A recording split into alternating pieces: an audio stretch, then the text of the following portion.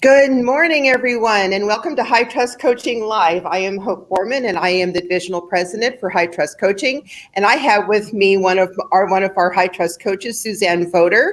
Suzanne is one of our High Trust coaches for going on 2 years now, one of my favorite people in the world. So welcome, Suzanne Voder. Thanks for having me. This is fun. Yeah, absolutely. I don't get to see my coaches that often, so it's just really a lot of fun to be working in this platform. And one of the things that we want to accomplish in these coaching live events and then this platform is to maybe slow down a little bit, take 20 or 30 minutes, pick up some ideas and that type of thing, and then also kind of go back and it's just this opportunity to step out of the chaos to look at our business and not be in our business. So welcome, Suzanne Voder. Thank you. And I think as important to that is look to our future business. Absolutely, because this too shall pass. Right? As everything does. Shall pass. So just to give us a little bit of perspective, Suzanne, can you tell us a little about yourself? Sure. I have been a mortgage professional for going on 32 years. Started when I was 12 years old, just in case anybody asks. And I've been in the same marketplace, a small community, not necessarily rural, but suburban rural up in Northern California. Love every year that I've been doing this. I have been an owner, a broker. My business has been in the past up to 2013 a brokerage. When I owned it, I had 5 offices and 20 loan officers running around town, and it was mania fun until 2008, and everything changed. But the best part about that is that I got to refocus on my business and turn it around to where I wanted it to be. And now I do just what I want to do. Just what I'm best at, what I enjoy. I have an amazing team that does the things that I don't think I should be doing and know I shouldn't be doing. And they know I shouldn't be doing some of those things too. And I'm loving life and having a great time with this business. I'm enjoying coaching. It's super fun. And I love to give back to the other people in my business. Now, Suzanne, you said a mouthful there, and I really wanted to kind of just take 1 second to step back for a minute. That when 2008, instead of being at the effect of it, you took a step back and basically did a reset and made decisions about what you wanted your business to look like. Absolutely. We went from 5 offices to 1. I built a building. We pulled everybody in. I got rid of the dead weight. And everybody became a team more so than they were before and focused on that small percentage of business we were doing then compared to what we were doing before, and became that much more strong in the community. A real estate friend of mine and I started a BNI chapter, Business Networking International chapter, because we had to. And we pulled the community together. We currently, and it's been 12 years, right? 12 years. We currently have 45 members. I'm the current chapter president for the 4th time. And it's been a great blessing to the community. It's really strengthened my hold on the community, my relationships in the community. I'm involved with our Greater Grass Valley Chamber of Commerce. I'm the treasurer for the last 4 years, and I'm truly involved in building our businesses in the community. So it's all about refocusing back on what's important, not just sitting there and cranking the loans out, but pulling in what's important to me that also has built my business. Suzanne, that's phenomenal. I mean, and it's just, would you say that that's kind of created meaning? Oh, absolutely. Yeah, absolutely. Absolutely. And for my children, they grew up in this industry. They're in their early 20s now, trying to make a life for themselves and going to college. And because of our community ties here, they want to come back and live in this small community. And they just love the fact that people know them and know them when they were little, and now they're big and they can come back and be part of a real amazing community. What they don't like is going to the grocery store with me, because it could take 2 hours to get out of the grocery store with all the people that I get to see. They don't go to the grocery store with me. That's spectacular. I love that. I just noticed on the chat that one of my mentor coaches on, so I have to say hello, Desiree. How are you? I think everybody knows that I'm in the process right now of getting my master level coaching credentials, and my mentor coach is on. So welcome, Desiree. Well, you are a rock star, Hope, when it comes to building people up in your coaching. Oh, thank you, sweetheart. Okay, so now let's talk about mortgage. Let's talk about mortgage for a minute. And one of the conversations we have a lot of these days is purchase. I know that everybody is just down in the weeds right now doing refinance business, and we as coaches are having a lot of conversations about what's your purchase percentage. So, Suzanne, talk to me a little bit. Why is that? Why are we driving at purchase business? Why is that important? It's for our bread and butter. It's what keeps us in business in the long run. Like you said, this too shall pass. Refinance craze will pass again. Purchase business will always be there. People want to buy homes. Our real estate agents are our partners. Mm-hmm. We need to support them and be there for them so they can earn money and do their business as well. We all are, knock on wood, doing extremely well with refinances, or we should be. But purchases have really picked up in the last 2 months. Yes. Especially my community. People want to leave the big cities and come up to a smaller area with more room around them. So we have really seen an influx of purchase business. And if you're not out there talking to your real estate agents while you're doing refinance business as well, you're not going to get that purchase business. Mm-hmm. And I'm seeing that, my shift in business is, kind of leveling out again to refinances and purchases because that's happening again. But again, if you're not out there talking to your database and your referral partners, you're not going to be there when the refinances go away. Yeah, exactly, Suzanne. Thank you so much for that. And that's so incredibly true with regard to the purchase business. And there does seem to be, and I can see an actual movement. I'm seeing in some of the articles in Inman a movement to people moving out to areas like yourself and where you are, and it's going across the country. And the purchase business has obviously grown tremendously. I talked to one of our master level coaching members yesterday. He's in the South, and I think he closed a little over $4 million in the month of June. And I said, okay, well, I asked the $1 million question. Great on your production. What is your purchase percentage? And he said 95%. Wow. That's fantastic. That really says something about his relationships. It really says something about some of his relationships. Exactly. And he said to me, it's always the conversation. He says, Hope, he says, I'm wondering, he says, this is great production, 95% purchase. He said, but am I missing something? Am I missing the boat somewhere? And that was a great conversation. That was a tremendous conversation to say, okay, well, what can we be doing to maybe add a little frosting to that cake with, talking to your database, as you mentioned a few minutes ago, and seeing where we can help our current clients, save money. Absolutely. Right. Yeah. And okay. I know with my coaching clients, they don't want to be salespeople. They want to be someone who helps their clients. Mm-hmm. And the phone call to the database is really about saying, look, I want to help you save money. What can we do to review your mortgage, review your debts, look at debt consolidation, and let's help you figure out your future.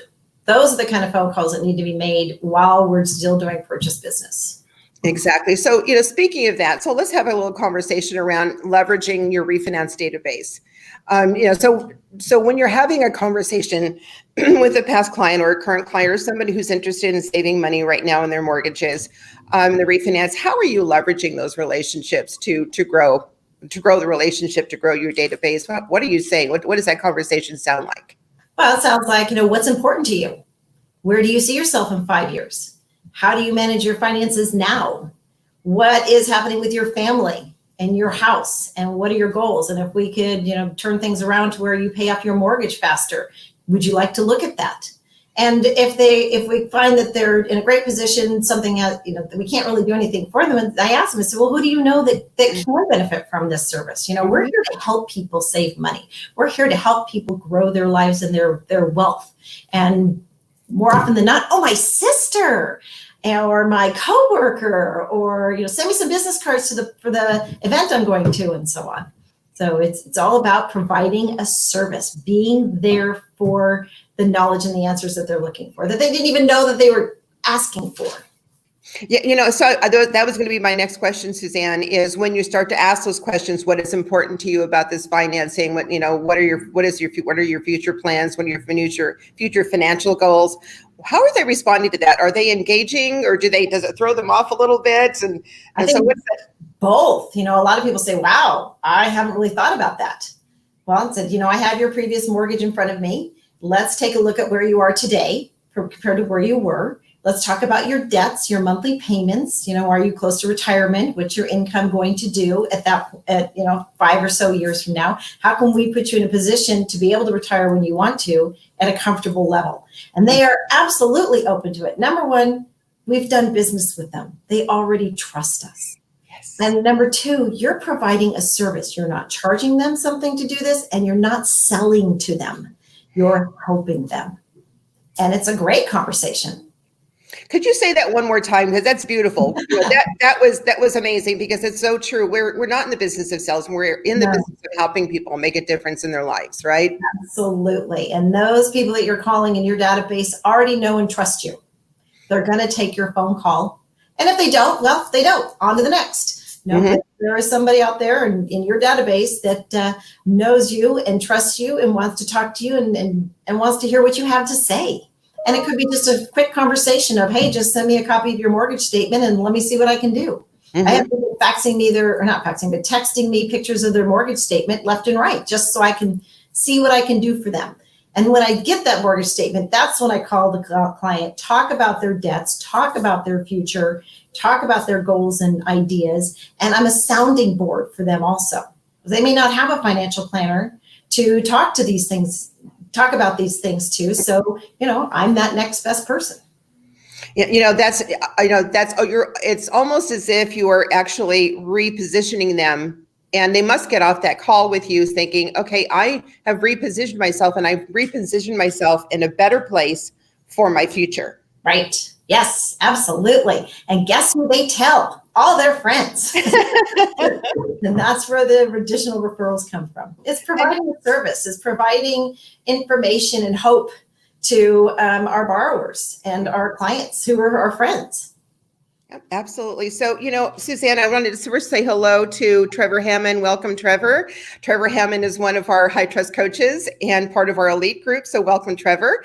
I just wanted to ask you, okay, so every time I get on the phone with one of our coaching members, their conversations are, I'm so busy, I'm overwhelmed, I'm freaking out, all of those comments. So what is your response when you get on a call with one of our coaching members, and how do we get them to go in slow motion, at least for the term of the coaching call?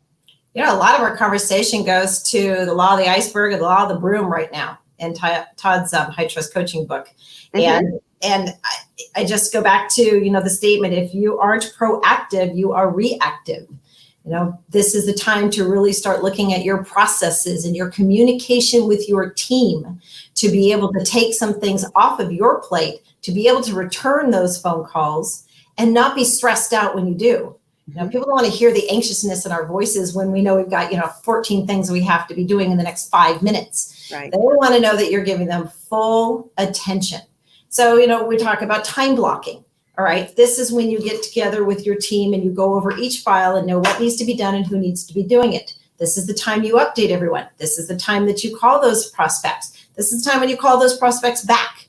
It's about time blocking and being really focused in your business, not reactive. Don't jump up. Nobody's died in a mortgage situation before, but they do want to hear from you, and they want to hear that you're engaged and present. So it's a lot about refocusing where they're at and not being so reactive, and finding ways or even things in their business that are really bothering them, like their processor's not communicating. Well, that can't be. You have to fix that. And the best way to fix that is to make sure that they know that we're all part of a team. I'm here to help you, processor, loan officer, assistant, production coordinator, whomever. Let's get together and see how we can make each other's jobs that much easier. Suzanne, this is what I've been hearing a lot of, is that the bottleneck seems to be at processing with a lot of companies, a lot of our coaching members that I'm speaking to. So that advice to, circle up with your processor and your LOA or your team to make sure that you're not only, going through the pipeline, but also prioritizing it for them. I think the processors, they just kind of have all these files coming at them. And if you're on the phone saying, okay, these are the priorities for that day, that it seems to calm them down, and then they're, as a result, they're much more efficient. Yes. and we see what's on their plate. So we're not constantly throwing things at them, thinking it's going to be done in the next, couple of minutes. It doesn't have to be done by a phone call. If you have a really detailed email on each file in process of where things are and how things are going, you can correspond through email. Heck, I do that sometimes at 6 o'clock in the morning, first thing, just so everybody knows where they're going that day. But it's so important about clarification and communication. And right now, our processors and loan officer assistants, they're stressed out. They have a lot on their plate, and they're working weekends. They're working on, evenings. Our underwriters are working in evenings and weekends and so on. I go back to also making sure you tell your team how much they are valued, how much they are worth to you. Maybe send them, candy, bottle of wine, an Amazon card through email if you're not sitting with them every day. Something to say, hey, I appreciate you. And number one, I think that also makes sure that your files get on top of the list.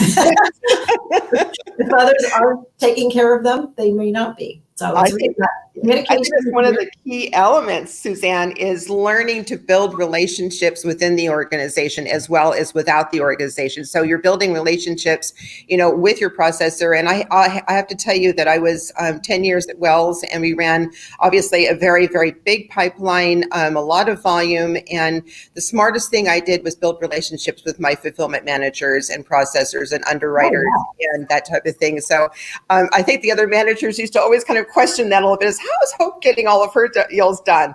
Goes back to people do business with people they like. Exactly. It's so true. I was listening to an interview the other day, a podcast the other day, and they were talking about that very thing, that everything is a negotiation, right? And that even when you go to the Starbucks, if you're nice to the Starbucks person, they're gonna do nice things for you. Absolutely. Total kindness. Right. Okay. So you mentioned something a minute ago that I wanted to kind of maybe go a little bit deeper on. And you mentioned the point of being intentional about your business. Todd Duncan teaches us, of course, to be intentional about our business and not being reactive to our business. So can you talk to me a little bit about that? Well, we work a lot on the law of the broom. To build your business up, you must clean it up first. Yep. And prior to being so busy with these refinances and so on, most of my clients have been working on their systems and who does what, the level of authority. What does your loan officer assistant have the authority to do that, you have to do, and so on, and really understanding whose jobs are what and the priority. And then coming up with systems, like right now we were coming up with systems to inform borrowers of timeframes. So right now, refinances can take 45, 60 days just because of the time it takes to go through underwriting. Well, clients get a little upset when they don't hear from you for a week. But if you inform them right up front, and we made this very clear in a separate email, not the one that says, this is what I need from you, but a separate email that goes to everyone what the timeframes are, and to let them know you're going to hear from me on these stages. And it may not be for a week or two, but know that we've not forgotten about you and that you are important to us. It's just what's happening in the industry right now. And you're always welcome to communicate with us as well. So building that system into their daily routine with communication to their clients has taken a lot of a burden off of their shoulders. People are calling to say, why haven't you contacted me? I feel like you're not communicating. I don't know where I am in the process. It's wiped all of that out. Everybody knows what's happening, what the time frames are and expected to be. And the communication, when you call them in 2 weeks, say, hey, I finally have your loan approval. It's great. Instead of, well, I haven't heard from you. So we're working really hard on those processes right now to inform people that you're working with what to expect. Setting the client's expectation is critical in today's environment. And that is so very, very true, Suzanne. I think that, because I think that the only time a client or referral partner has anxiety or stress is when they don't know what to expect. Yes. And so it's not so much that they haven't heard from you. It's more that they don't know what the expectation is. Right. I had sent out, I'm having this conversation a lot with our coaching members. Do you have a welcome email that kind of sets this out? Exactly. And for the client, first you're having the consultation, you're having the conversation, and then you're reiterating it with your email with regard to what you can expect from me and also what I expect of you. Right. And when someone on my team asks you for documents, or, it doesn't mean, later on this week, we really kind of need it same day, Yes. and that type of thing, because a lot of clients don't really understand. And the other thing that I think that is important for us to be talking to our clients about is not using industry terms. Instead of, and saying, what's happening in our industry right now, you have to be a little bit more definitive about what is happening in our industry right now. And just to give them, not to really go that deep on it, but just to give them a real feel of the volume of business that we're managing and how important their business is to us. Yes. And the conversation I have often is, people are listening to the news. Mortgage rates have dropped again. Well, that was 3 weeks ago. We're behind. National average is, I said, okay, but we're in California. Look at gas prices in, Oklahoma versus California. There's a difference. And they understand that. Bring it back to something that they understand and can absorb, rather than just saying, no, you're wrong, because I've heard loan officers say that before. That's not a good answer. Talk to your borrowers as if you talk to your mom or your sister. Make sure that they understand what's going on and what the expectation is of all parties. Yeah, and that's important. And also asking them questions, what questions do you have? That's one of the things that I have learned through, through my recent trainings, is to be asking questions, and to be asking more questions than you were actually answering at the moment. So asking the clients, what are you hearing in the marketplace right now? I want you to consider me a resource. So if there's something that you're hearing that you want more information on, please, reach out to me. I would like for you to consider me a resource, and that type of thing, so that they really feel as though there is an open forum for them to ask those questions. Yes, absolutely. Because they want to know that you're there for them. Yes. And to get that information. So they're not searching the internet, and they're not talking to their best friend who, just refinanced somewhere else. They're looking to you, the professional who actually knows the business and has the answers to help them along. So I have another question for you, Suzanne. We are obviously, the purchase market, as you mentioned earlier, is picking up. And what I'm kind of noticing is that some of our referral partners are back in the business of selling real estate, and kind of going back to the old way of doing things. I need a pre-approval in 15 minutes. And we really truly can't manage that in the environment that we're in today. So how are you managing those conversations with your referral partners? Very slowly. But, I've tried over the years to make them understand that, you need to get your ducks in a row first. Before you waste time, before you put them in the car and waste your gas, let's have a conversation. Let's get them prepared to make an offer. And even though they may be coming from out of the area and they say that they have another mortgage professional that they're working with, that's great. But use the script. Many of my clients do come already pre-approved, but this is a different area. And I'd love you to talk to my mortgage professional to make sure that you're on the right track to purchase in this community. What time can I have her call you? Or, I'll have her call you at this time. And that seems to help a lot. Most of them are knowledgeable of that. They realize that this is their paycheck too, and they can't be, worrying about that. They need to know that the people that they're working with can actually do what they say they can do. So let's start the process up front, not when you're in contract. And you just have to have those conversations. And if that does happen, we go back to, okay, that's great, but it's going to take a day or two to get this process started. Let everybody know there could be a delay in your escrow at this point. So that is an important conversation, I would imagine, would be that we should be having with all of our referral partners today, whether they're, actively selling in contract or not actively contract. Hey, I just want to give you a feel of what's happening in the market right now, and how you and I could be most successful in serving our buyers. So it's really hard to see people in person right now. I think I went to a real estate office yesterday. It was the first time they had more than 2 cars in the parking lot. And so we don't get to see people like we used to. But this is an awesome opportunity to pick up the phone, do a Zoom call, do a FaceTime call, to go back over those basics. Hey, the purchase market is picking up. Let's make sure your business is purposeful. And this is what I suggest we do. And that is, making sure your people are pre-approved, even if they come already pre-approved from elsewhere. Let's have that conversation. Let's use that script to solidify your relationship with these people that, your mortgage professional is terrific as well. And they're just going to make sure that you can do what you can do. And don't wait for the borrower to call me. Tell them I will be calling them.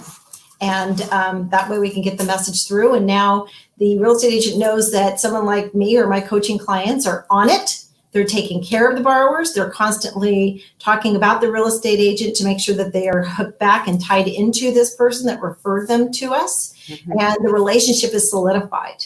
And now we can really move forward. And a lot of times, when they're dealing with XYZ mortgage on the internet, they have to understand they're not going to be talking to the same person twice. But here's me and my team. We'll be here. You can come knock on our door. You can call me, when you need to, and we'll get you the answers that you need.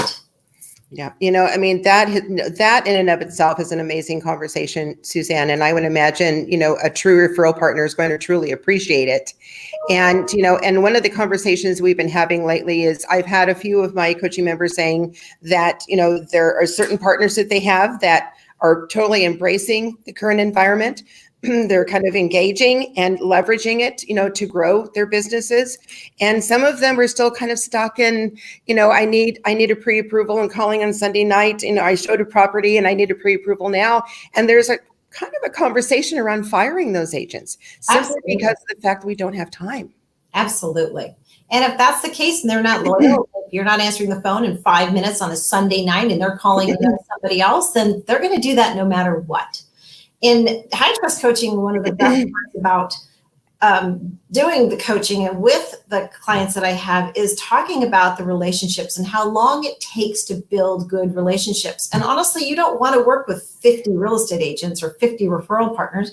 You want to work with a core number that know, trust, and love you, that are going to send business to you, and you have that kind of communication with. So you're not scrambling on a Sunday night trying to keep that deal. That's not a fun way for anybody to live. So yes, sometimes it's okay to say no. Yes. And I had a conversation with a client yesterday, and she was in a purchase transaction that had gone south. And I listened to the whole ugly story and the whole blame game going on. And I was quiet throughout the entire, dissertation that she had given to me. And I asked her one question and I said, what could you have done to have prevented this? And her answer was, I never did a high trust interview with this real estate agent. I found out later that she was a transaction coordinator. She wasn't even a party to the contract. Wow. So, talk to me a little bit about that. Do you work with agents that you haven't had a conversation like this with? Oh, not really. No, I have a core few that I work with that are very loyal. We know each other. We've had these conversations, and there are times when I'll be talking to them on the phone about other things, and I'll even continue to ask them high trust questions based on our high trust interview, just to get that much deeper with them and solidify the relationship.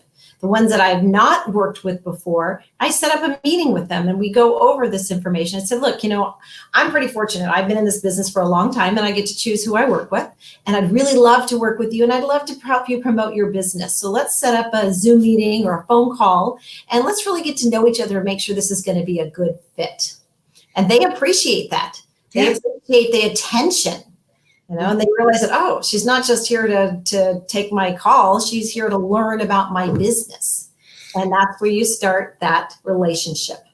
And it's not easy. Unfortunately, sales is not, always immediate. It's a long-term process. And if you don't take the time up front to ask those questions to build that relationship, then you're going to have those problems because you don't know what they do and how they do it. And they don't know what your expectations are and how you do your job.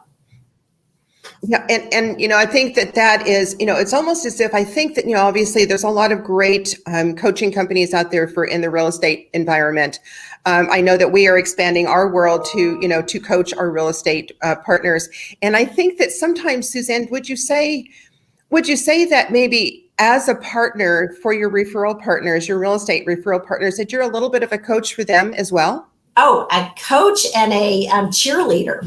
Yes. And sometimes, a divorce attorney too. I don't know. It depends on where their situation is, but you've got to be there for them and help them. I guess the best way to describe that is communicate with their clients. Mhm. Sometimes they don't know how to talk to their clients and explain what expectations are. They just go along with whatever anybody says. Well, they need to know how to talk and build a relationship with their clients as well and set those expectations with those clients. So yeah, absolutely. And it's fun. They're very open to information. They're very open to new ways of doing things that they haven't thought of before. And there's a lot of times I will give out Todd's Time Traps book to agents because we all need help in figuring out what to do in our daily lives. It's just so crazy right now. A lot of my clients our referral partners are homeschooling kids and trying to sell real estate and trying to pay the mortgage and trying to do everything.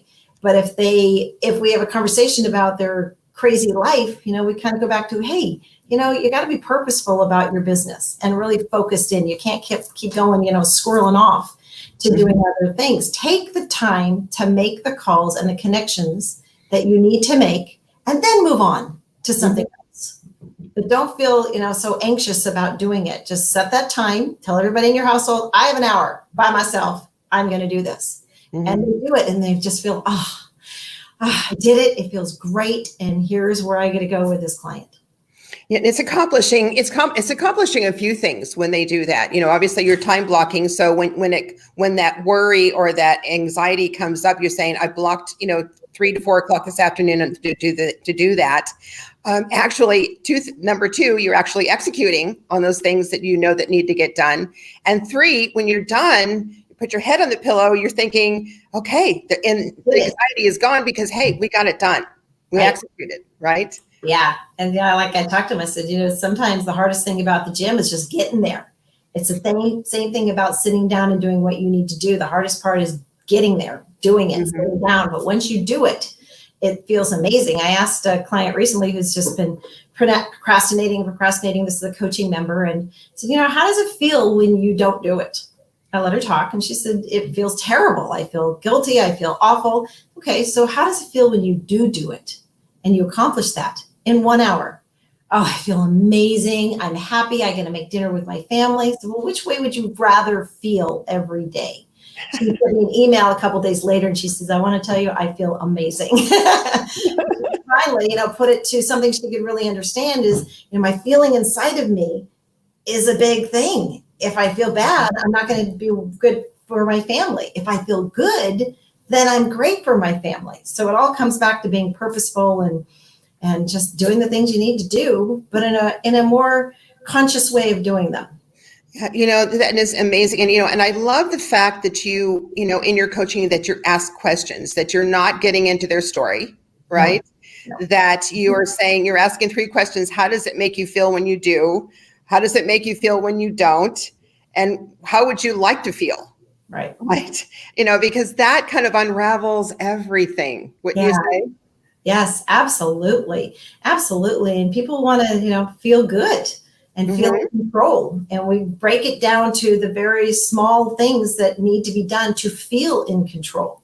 It's much easier for them to write it down in a to-do list and have that time blocked than have it in their head and makes a huge story of it. Well, if you have it in front of you and you need to do these things, check them off. Just do it. And when they're done, it's, I feel great. I feel great. And that actually with one client, and you know her well, she had real call reluctance. She hated calling people. Well, we did just the basics. Okay, you call this person at this time, and this is what you're going to say. She's up to now Zoom calling and holding office meetings and first-time home buyers seminars over Zoom because she realized how it makes her feel to do it, not how it makes her feel not to do it. And she's also realized that she's not a salesperson, which intimidated her, but she's there to be the information person. And I'm so proud of her. I mean, she went from really hiding to, oh my gosh, she's so out there. And that just came from going into these and asking questions constantly and showing her things that she didn't know. Because, I truly believe, for myself included, I cannot fix a problem with the same mind that created it. I need other outside influences and suggestions and ideas to get to where I need to go. And that's part of coaching. And I think that is a part of coaching. And I think that we show up as a champion for them. to champion, maybe what they feel uncomfortable about, and to say, okay, well, let's get in there with that. I know who you're speaking of, and I'm so pleased and happy to hear that she's just really come out of her, because most of the time, the thing that you're most afraid of is normally your biggest strength. Right. Right. Yes. But we don't know that until we do it. Mm-hmm. And, to be held accountable to do these things makes a big difference. If I didn't have somebody holding me accountable, I might, not do it. But I know if I'm going to be having to report to somebody, I'm going to get it done. Even if I have to do it the night before, I will get it done. And then you feel like, again, I did it. Yes. And it's almost as if nothing else matters, right? I did it. Right. Yeah. So let's talk a little bit about, we've been talking a lot about coaching. Good morning, Teresa Odette. I was happy to see you join us. Teresa Odette is one of our other coaches for High Trust Coaching, and we're so very excited to have her on our coaching faculty. And if you missed our interview, Teresa and I did an interview, I think last week or week before. So if you missed it, it's on YouTube. Make sure you go and listen to it. She's amazing. Yeah. Okay, so let's talk a little bit about coaching. So you've been a High Trust coach for a couple of years, 2 years now. And obviously you've helped a lot of people. You have a very, very busy business. It's a big business, a thriving business. You've done incredibly well, Suzanne, and you're one of my heroes for sure. Wow. And so talk to me a little, what has it been for you? What has it been like for you to be a High Trust coach? Why did you decide to be a High Trust coach? And how has it impacted you personally? About 4 years ago, I've been attending Sales Mastery for years and years, and I finally decided I was going to take coaching. And the reason I wanted to go into coaching is I was feeling burnt out, doing the same thing over and over. I wanted to find new ways of doing what I would do that are maybe more exciting. I wanted to build my business in a different way and look at it in a different way than I had for 29 years. Mm-hmm. And that was my first motivation, is to, get some more energy in my life, in my business. Mm-hmm. And I worked with a great coach. She was adorable. We did some great things together. And then after that, we had a discussion about, what I want to do. And I want to give back. I want to help other people in our industry. I think that fulfills me. I have a lot of knowledge. I have a lot of experience. I've seen so much and done so much, hired, fired, promoted people onto their own business from working with me, that I thought that would be the best way to have more energy in my business. The coaching was great, but it wasn't enough. I wanted to give back, and giving back is fun. And it's exciting and rewarding. And when you get off the phone with somebody who's given you their victories for the week that were based on our conversation from last week and how excited they are. And the new one that I'm working with, she just talks a mile an hour because of her excitement and all the things that she's doing to promote her business. Well, I get excited. I even called her 2 hours early because I was so excited to talk to her. What she was doing and her excitement. So I think being a coach, it just brings you back to the basics and wanting to help people. We all got in this business to make a difference. And being a coach makes a difference to other people that don't have our knowledge and experience. And it's fun, and you build great relationships, and you can help people not only professionally, but a lot of times personally as well. If they're having a rough time with whatever situation is in their lives, you can be an ear for them as well, as they don't already have. So I love coaching. I think it's a blast. Number one, all the coaches on your team are awesome. I so hate that we can't get together. We always have the best time at our mastery and sales mastery and academy and so on. So you guys are all cool and totally fun. And that's, another reason I did it, is because I wanted to be around people like me, my peers, who are just amazing people. And it's a lot of fun. And of course, Todd's, inspirational. Right. And even after all the years in my business, I still learn something every time I listen to his coffee talk in the morning, or go to a sales mastery or academy, learning something new, something to put back in my business that's exciting. Because I'm going to be here for a while. I've got kids in college. Yes. I'm going to be working for a while. Right. And I've kind of heard that, that coaching is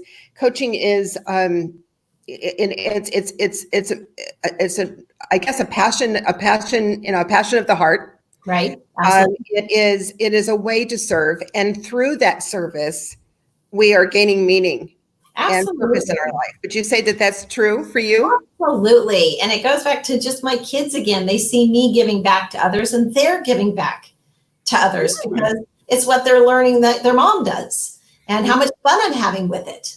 So, it's kind of trickled down to my family too. And it's made them better people. Yeah, that's wonderful, Suzanne. So what would you say, tell me a story. I mean, you've been coaching for a couple of years. You have, obviously a lot of people on your team that you're working with that are absolute rock stars. And I know that you also, you've already talked about one of your coaching members who has just been tremendous, but talk to me a little bit about some of the experiences that you've had with some of your coaching members and transitions that they've had, aha moments that they've had. And talk to us a little bit. What is it like to be coached by Suzanne Voter at High Trust Coaching? Well, you got a cheerleader on your side and someone to bounce ideas off of and look at things new ways that you haven't looked at. I think one of my biggest aha moments is probably one of my biggest fears is letting go of email. After Sales Academy a year ago, one of our clients who she came back and spoke to her LOA and said, look, we're going to change this. I need to be out talking to my partners and taking care of my clients. I can't be sitting on email and answering questions all day long. So it was a tough transition. She let go because it's so hard for us to let go of email. And now she has somebody in her office who checks her email, only contacts her when she needs to be involved. And she has built her business. She's up 50 to 60% in the purchase market just over a year. She has hired another LOA that she pays for, not the company, that has taken her business and, puts file together before it goes to the next processor and so on, that frees up more of her time to be building her business. She's brought on another loan officer because she's become so busy and she's mentoring and training him and able to give some business to him and still, earn a little bit off of his production as well. She's looking for someone that can handle construction, which she does not do in her marketplace. Right. And I think she's found somebody. So she has built her team and she just bought the most adorable car. Right thing. She's always wanted a new car and she did it finally. And it's all because she now has the time to focus on her business, building her relationships and staying in touch with her referral partners. And, so much of our time is spent sitting on email, answering questions that really, honestly, somebody else can be doing.